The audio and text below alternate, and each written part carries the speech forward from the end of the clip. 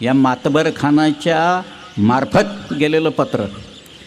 त्याच्यात तो असं म्हणतो आहे की इथं कोकणातल्या सगळ्या मशिदींचे काफर बच्चांनी पाडून टाकलेले आहेत, म्हणजे संभाजीराजांनी.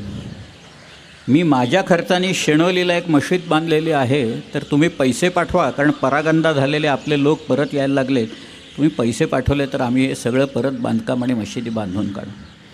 पण त्यावेळेला संभाजीराजांनी इथं काय केलेलं होतं याचं एका वाक्यात उल्लेख त्या सज्जादा नसीनानी 1689च्या आसपासमधलं, कारण त्यांच्या मृत्यूनंतर लगेच संभाजीराजांच्या मृत्यूनंतर लिहिलेलं पत्र आहे त्याचं.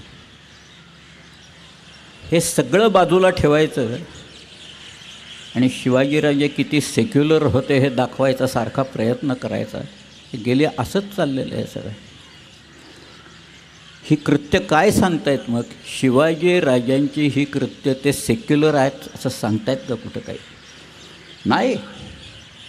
अहो, हा एक राजा जर का झाला नसता तर एव्हा ना सगळ्यांची सुनता झाली असती, असं भूषणाने म्हटलेलं आहे, कवी भूषण.